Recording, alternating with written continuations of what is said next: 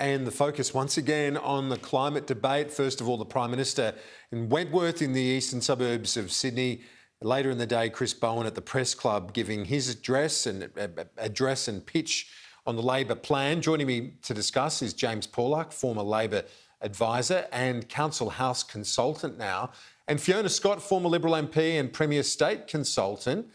First of all, to Fiona, how do you think Labor's policy has landed, Fiona? Are we basically in a bit of Groundhog Day, government warning of carbon tax, or is this a different landscape, particularly when you've got the New South Wales government, for example, under Dominic Perrottet, with a much more ambitious plan than even what Chris Bowen is arguing for? Yeah, well, good afternoon, Karen. I think the climate debate is so difficult because whilst you fight for inner city seats, you lose the key areas of this election, like the Hunter Valley. You know, you lose those seats up there, like the seat of Doe Bell that Andrew Clennell was talking about earlier. But of course, Patterson, Shortland, Hunter, you know, there's 4 seats up there. I mean, and even if you win the climate debate, sure, you might knock over Dave Sharma, but Labor doesn't win that seat. It'll be an independent that will that'll win that seat.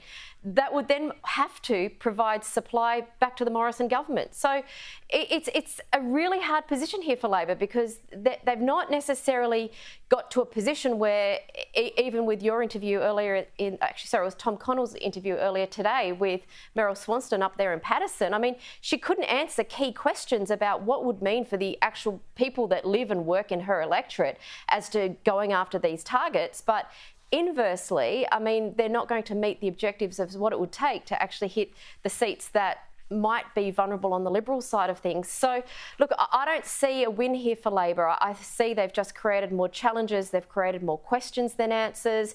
There's questions where we saw Angus Taylor earlier in the hour with you really just drive a Mack truck through a lot of these holes in this debate. And sadly, I think we're going to be sitting here in these climate wars from now till the May election.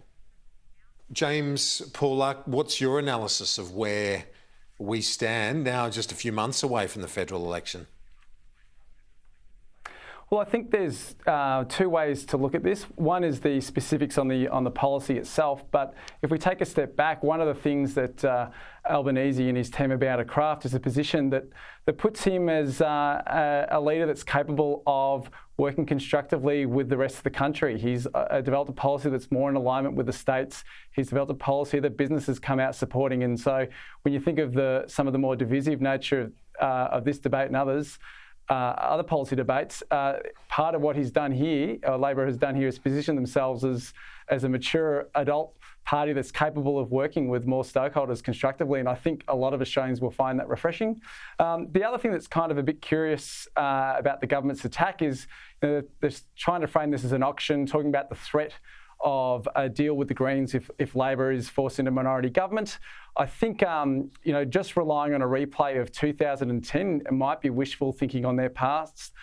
I don't think Labor is likely to, repeat the same mistake of cutting a deal with the Greens so early. But more importantly, it begs the question, if there is indeed an auction on the other side of the election, the coalition opposition, led, for instance, by Josh Frydenberg, they will be able to bid at that auction and cut a deal with a Labor government on passing legislation on climate change. And if Josh is successful in retaining his seat and picking up the leadership, do we really think that he's not going to face pressure from the constituencies in his own electorate to actually come to the table on this issue in the way that the coalition struggled when they were last in opposition? So, I think there's a lot more to it, and we've got a lot to see in terms of how this debate will play out.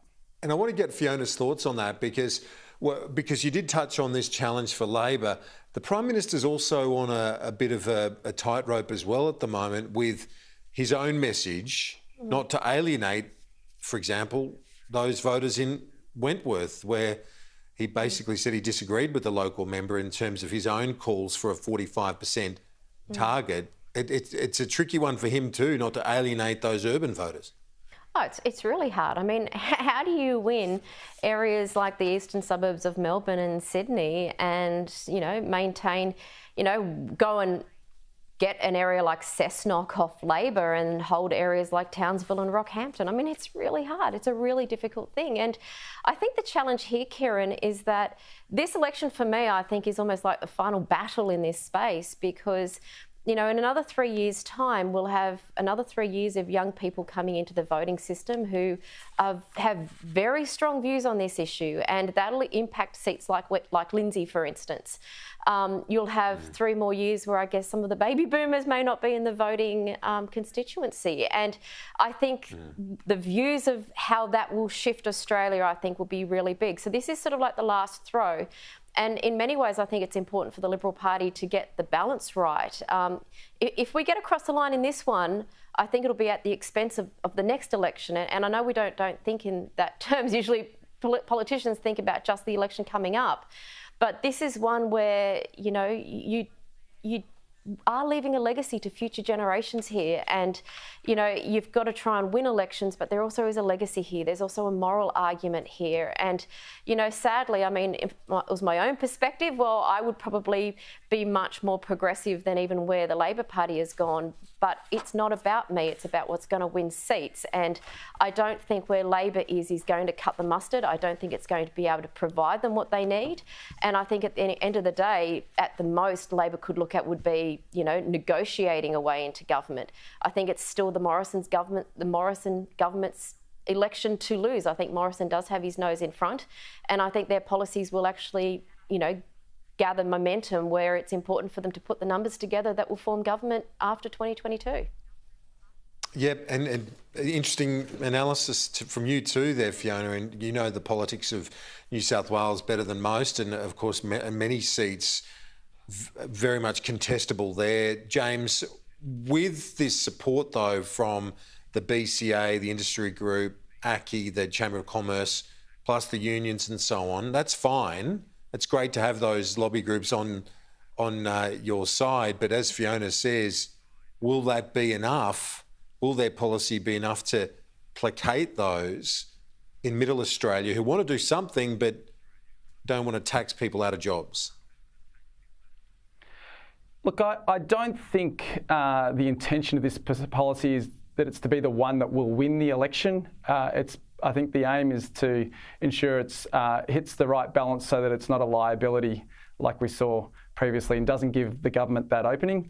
Fiona made some really compelling points about the challenges of speaking to all the different parts of Australia, and it doesn't just have consequences for the election. I think the Morrison government, in effect, has shown that it's good at speaking to different parts of the electorate. The coalition's two-brand strategy is a strength in many regards. What Labor's been calling Morrison's doublespeak is him playing that well. And even the way we've seen the media coverage selling the role of the moderates in the Liberal Party in helping turn the coalition's position is another example of that at play. But where it's landed the government is ultimately at a point where when you speak to too many voices, when you get to the rubber hitting the road in the parliament, they can't actually pass anything because the voices come into the chamber and they're in contradiction with one another. And so we're now at this lame duck scenario. So they might not even get to the next election, and this is what Labor will be hoping to focus on is the lame duck nature of this government and its inability to actually govern. That'll become more important for Labor than necessarily the positioning on climate itself. James, I have to say I respectfully disagree with you on that for the simple reason that, I think it is actually a big strength that as a Liberal you're allowed to cross the floor and the National Party have a completely different position. So, I mean, they are a different party in their own right.